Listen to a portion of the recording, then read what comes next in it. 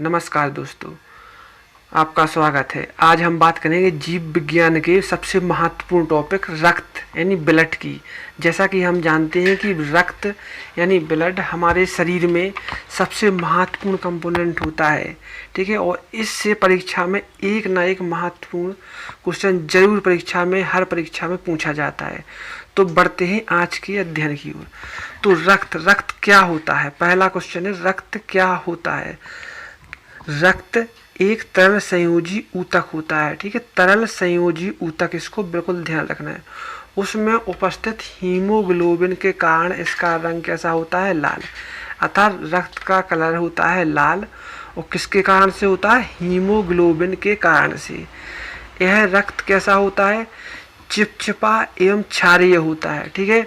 तो पूछा जाता है कि रक्त की प्रकृति कैसी होती है? तो क्षारीय होती है तथा उसका pH मान 7.4 होता है, ठीक है। जैसा कि हम जानते हैं 7 से ऊपर का मान कैसा होता है? क्षारीय। तो रक्त कैसा होता है? क्षारीय होता है। बढ़ते हैं आगे। रक्त का निर्माण अस्थि मज्जा में होता है, ठीक है। ये भी कई बार क्वेश्चन आया है कि रक्त का निर्माण किस अंग में या कहाँ होता है? तो अस्थि मज्जा में होता है। किंतु गर्भावस्था में जब शिशु होता है तो यह रक्त का निर्माण कहाँ होता है? यकृत में होता है, जिसे लिवर भी बोलते हैं। यकृत में होता है, इसको बिल्कुल ध्यान रखना है, ठीक है। वीडियो पसंद आए तो लाइक और सब्सक्राइब करना ना भूलें, ठीक है। बढ़ते हैं आगे। प्लीहा में 400 ml रक्त को स्टोर करके रखता है। प्लीहा कैसा है? 400 ml रक्त को स्टोर करके रखता है। मतलब इसीलिए प्लीहा को शरीर का ब्लड बैंक भी बोला जाता है। यह रक्त में उपस्थित कमजोर एवं पुरानी कणिकाएं कौन सी होती? आरबीसी और डब्ल्यूबीसी को मार देता है। इसी कारण से प्लीहा को आरबीसी की कब्रगाह कहा जाता है। आरबीसी की कब्रगाह कहा जाता है। इसको बिल्कुल इम्पोर्टेंट में ध्यान रखना है, ठीक है। और प्लीहा को ही ब्लड बैंक भी कहा जाता है, ठीक है, क्योंकि इसमें स्टोर क्षमता होती है। सामान्य स्वास्थ्य व्यक्ति के शरीर में औसतन रक्त की मात्रा 5 से 6 लीटर तक होती है, ठीक है। तो एक स्वस्थ मनुष्य में रक्त की मात्रा कितनी होती है? 5 से 6 लीटर। महिलाओं में पुरुषों की अपेक्षा आधा लीटर यानी 1/2 लीटर रक्त कम होता है, जो कि उस व्यक्ति के कुल वजन का, ठीक है। पहली बात तो है कि मानव में रक्त की मात्रा कितनी होती है? 5-6 लीटर, ठीक है। 5 या 6 लीटर के लगभग होती है। लेकिन महिलाओं में आधा लीटर मनुष्य से मतलब कम होती है, ठीक। और अगर रक्त की बात करें तो जितना मानव का शरीर का वजन होता है उसके 7 से 9% के बीच में टोटल रक्त होता है एक व्यक्ति के अंदर, ठीक है। मतलब किसी का वजन 70 किलो है तो उसका 7 से 9% के बीच में उसका रक्त होगा, ठीक है। तो 5 से 6 लीटर ही होता है, ठीक है। आगे बात करते हैं। रक्त में उपस्थित सजीव और निर्जीव पदार्थों के आधार पर रक्त को 2 प्रकार से बांटा गया है। पहला है प्लाज्मा और दूसरा है रुधिराणु। पहला प्लाज्मा और दूसरा है रुधिराणु, ठीक है, जिसे ब्लड कॉर्पस्कल्स भी बोलते हैं, ठीक। आगे बढ़ते हैं। इसमें पहले समझते हैं प्लाज्मा को। तो प्लाज्मा बहुत ही महत्वपूर्ण रक्त का कंपोनेंट होता है। यह संपूर्ण रक्त का लगभग 55% भाग होता है। प्लाज्मा रक्त का अजीवित यानी जो है निर्जीव होता है, आजीवित तरल भाग होता है, जो कि निर्जीव अवस्था में पाया जाता है। तो रक्त में निर्जीव अवस्था में क्या पाया जाता है? वह होता है प्लाज्मा। इस बात को ध्यान रखना है। रक्त का लगभग 60% भाग प्लाज्मा होता है, ठीक है। मोस्टली कितना होता है? 60% भाग प्लाज्मा होता है। रक्त को अलग से बांटा जाए तो रक्त के संगठन को, ठीक। तो इस जो प्लाज्मा होता है, इस प्लाज्मा में 90% भाग तो होता है जल का, ठीक है, जिसमें 7% प्रोटीन, 0.9% लवण और 1% ग्लूकोज की मात्रा होती है। शेष पदार्थ बहुत कम मात्रा में होते हैं, ठीक है। तो ये संगठन था का प्लाज्मा का। आगे बढ़ते हैं प्लाज्मा के कार्य। तो हम समझेंगे प्लाज्मा के कार्य क्या है। प्लाज्मा के प्रमुख कार्य पचे हुए भोजन एवं हार्मोन का शरीर में संवहन प्लाज्मा के द्वारा होता है। मतलब जो भोजन पच जाता है, ठीक है, या हार्मोन का, तो शरीर में संवहनी क्रिया प्लाज्मा के द्वारा होती है। दूसरा कार्य क्या है, जब प्लाज्मा में फाइब्रोनोजेन नामक प्रोटीन को अलग कर देने पर शेष भाग को सीरम कहते हैं।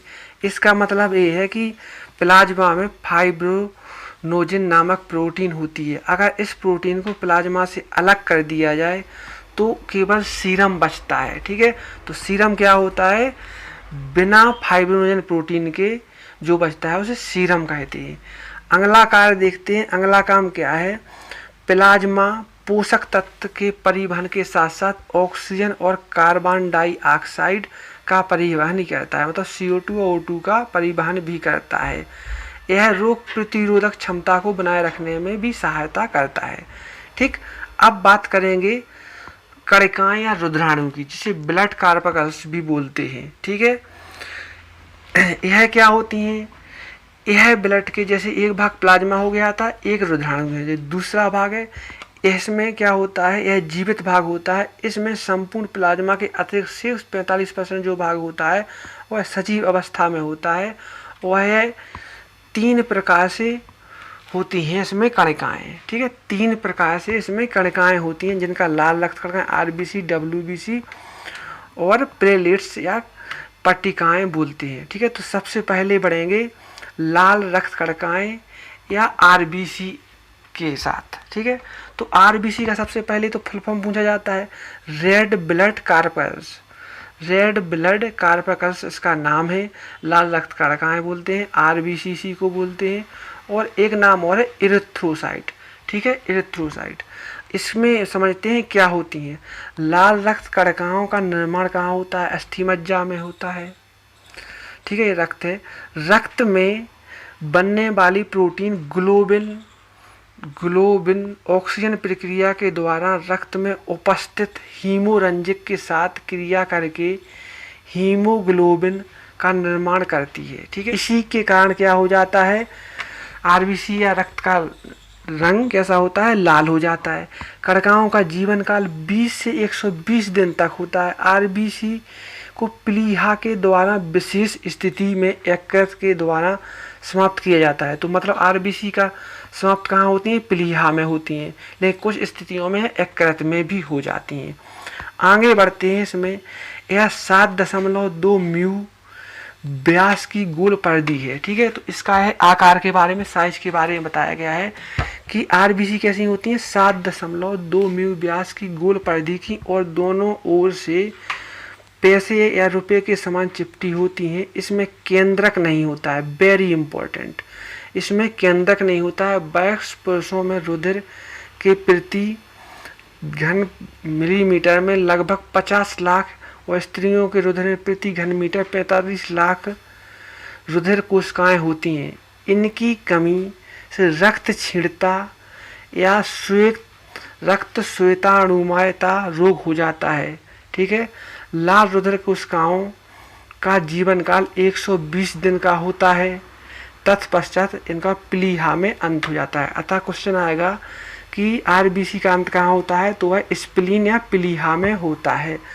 ठीक है, रक्त कणिकाओं के मुख्य कार्य यानी RBC का मुख्य कार्य क्या होता है, तो RBC का मुख्य कार्य शरीर कोशिकाओं को ऑक्सीजन पहुंचाना होता है। ठीक है, अगला कार्य होता है शरीर की हर कोशिका में ऑक्सीजन पहुंचाता है तथा कार्बन डाइऑक्साइड को वापस लाता है।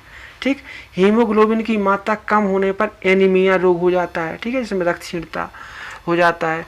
मानव शरीर में एक समान सर्वाधिक मात्रा में उपस्थित कोशिकाएं RBC की होती हैं। इसकी कुल संख्या पुरुषों में 5 मिलियन तथा महिलाओं में 4.5 मिलियन होती है।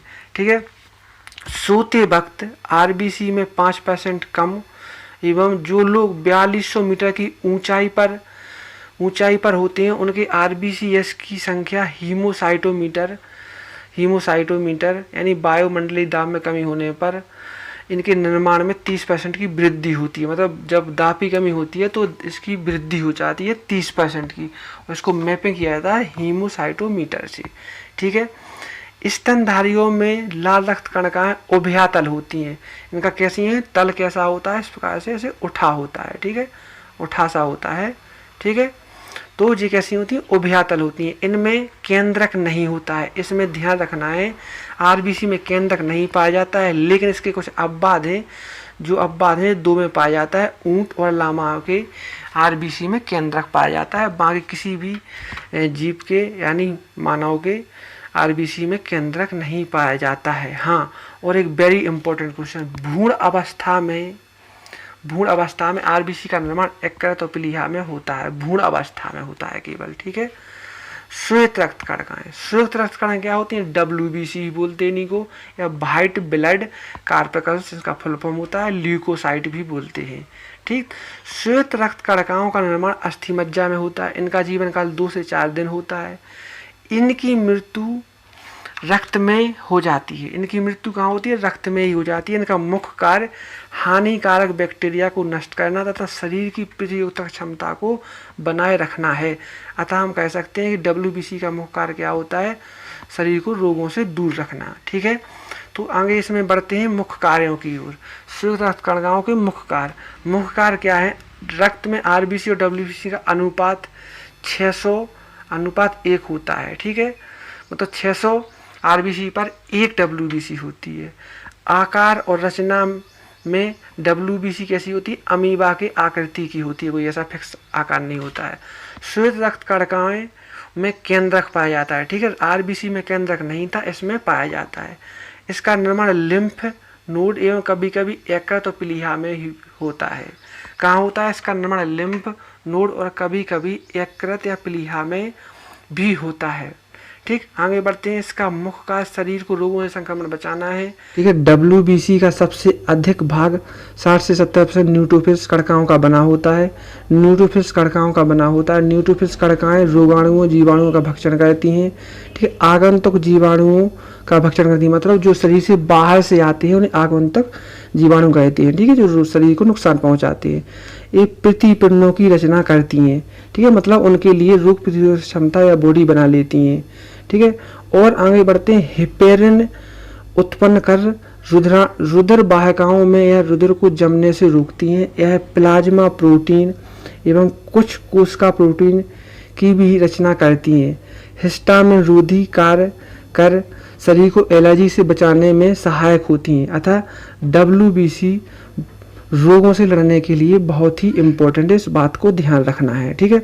आगे बढ़ते हैं। पट्टिकाएं, ठीक है, यह पट्टिकाएं हैं। पट्टिकाएं रक्त बिंबाणु ब्लड प्लेटलेट्स बोलते हैं। यह केवल मनुष्य एवं स्तनधारियों के रक्त में पाई जाती है। सबसे इम्पोर्टेंट बात, इसमें केंद्रक नहीं होता है, इसमें भी केंद्रक नहीं होता। इसका निर्माण अस्थि मज्जा में होता है। इसका जीवन काल 3 से 5 दिन होता है। इसकी मृत्यु प्लीहा में होती है, ठीक है, इसकी मृत्यु भी प्लीहा में होती है। रक्त पट्टिकाओं का निर्माण विटामिन के की मदद से यकृत में होता है। कहा कि विटामिन के की मदद से, ठीक है। देखो इसमें के का बहुत ही इंपॉर्टेंट रोल है, क्योंकि विटामिन के परिवर्तित होकर हाइड्रोनोजिन नामक प्रोटीन का निर्माण करता है। यह प्रोटीन रक्त के थक्का जमाने में सहायक है, ठीक है। जैसा कि हम जानते हैं विटामिन के का उपयोग रक्त को थक्का जमाने में यूज किया जाता है, और यह रक्त पट्टिकाओं के साथ मिलकर यह कार्य करती है। यकृत के द्वारा एक विभिन्न प्रोटीन हेपेरिन का निर्माण होता है, जो कि रक्त का थक्का जमाने में का विरोध करता है, ठीक है। मतलब क्या होता है, रक्त जब अंदर शरीर में होता है तो हेपेरिन से काम करता है, जिससे रक्त का थक्का नहीं जमता है। लेकिन जब हाइड्रोजन बाहर बनता है तो उसे थक्का जमाने में सहायक होता है। विटामिन के साथ जब काम करेगा तो थक्का जमाने के साथ के लिए काम करता है, ठीक। रक्तदाब को मापने वाले यंत्र को स्फेग्नोमेनोमीटर भी कहा जाता है, जिसको आप लोग जानते भी हो। रक्त को आरबीसीएस की संख्या की गणना करने वाले यंत्र को हीमोसाइटोमीटर कहते हैं। मतलब आरबीसी को नापने वाले या मापने वाले यंत्र को हीमोसाइटोमीटर कहते हैं। आरबीसीएस में उपस्थित आयरन को हेमेटन कहा जाता है। आरबीसी में उपस्थित आयरन को क्या कहा जाता है, हेमेटन कहा जाता है। और सबसे इम्पोर्टेंट बात है, डेंगू जो है, जब जो होता है डेंगू बुखार होता है, उसमें मानव शरीर में प्लेटलेट्स यानी रक्त पट्टिकाओं की कमी हो जाती है। ठीक है दोस्तों, तो ये रक्त से संबंधित वीडियो था। आपको पसंद आया हो तो लाइक और सब्सक्राइब जरूर करें। ठीक है, इससे एक नया क्वेश्चन हमेशा आता है। धन्यवाद।